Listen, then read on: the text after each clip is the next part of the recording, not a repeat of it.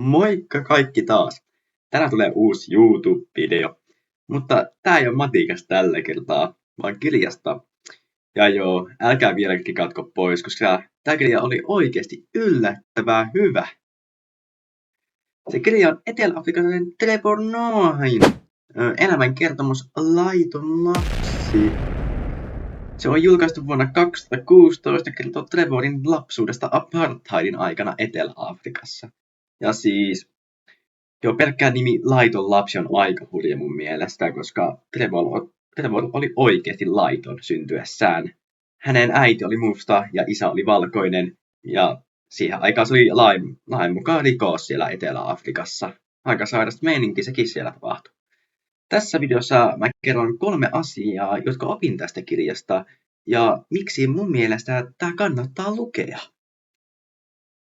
Ensimmäinen asia, jonka opin tästä kirjasta, oli se, miten järjetön apartheid oikeasti oli.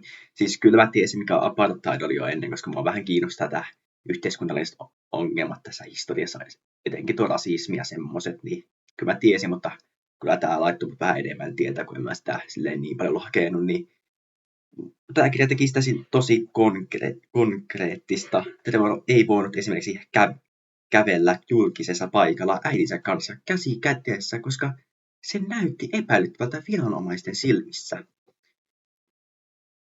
Kuvittele, että sun pitää teeskennellä, että tunne omaa äitiäsi, vaan siksi, että näytätte erilaisilta.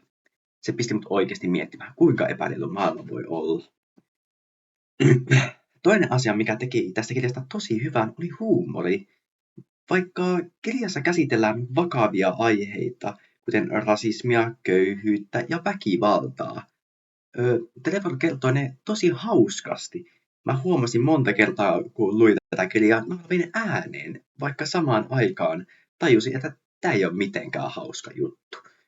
Siis se huumori tekee kirjasta tosi helpon lukea ja myös näyttää, miten Trevor on käyttänyt huumoria selvityskeinona. Mun mielestä se on aika vaikuttava juttu. Niin. 3. ehkä tärkein asia kirjasta on Trevorin äiti.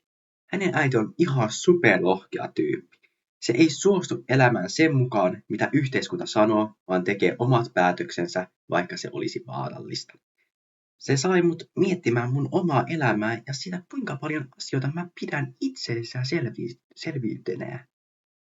Kaikilla ei ole samoja mahdollisuuksia ja silti jos jotkut jaksaa taistella ja uskoa parempaan. Loppujen lopuksi Laiton lapsi ei ole pelkästään kirja Trevor Noahista. Se kirja selviytymisestä, rohkeudesta ja siitä, miten vaikeistakin oloista voi päästä eteenpäin. Vaikka en itse lue elämänkertomuksia, tämä kirja antoi mulle halun lukea niitä. Siis nyt mä haluan lukea elämänkertomuksia vaikka Malcolm X:istä tai jotakin, kun on se aika mielenkiintoista tämä yhteiskunnalliset ongelmat mun mielestä. Ja en mä oikein tiedä tuosta Trevor Noahistakaan, en tiennyt yhtään tätä lukemista, mutta nyt kyllä tiedän, niin ehkä voi katsoa vähän enemmän asioita, mitä se on tehnyt se työaikana.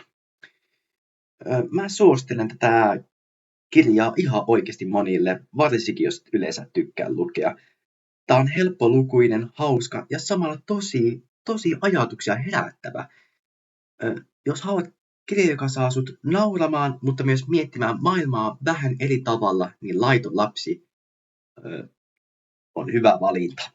Kiitos kun katsoitte ja nähdään seuraavassa videossa, mikä tulee todennäköisesti olemaan toinen kirja-arvosta, koska mä oon näyttänyt kaunista koko elämää.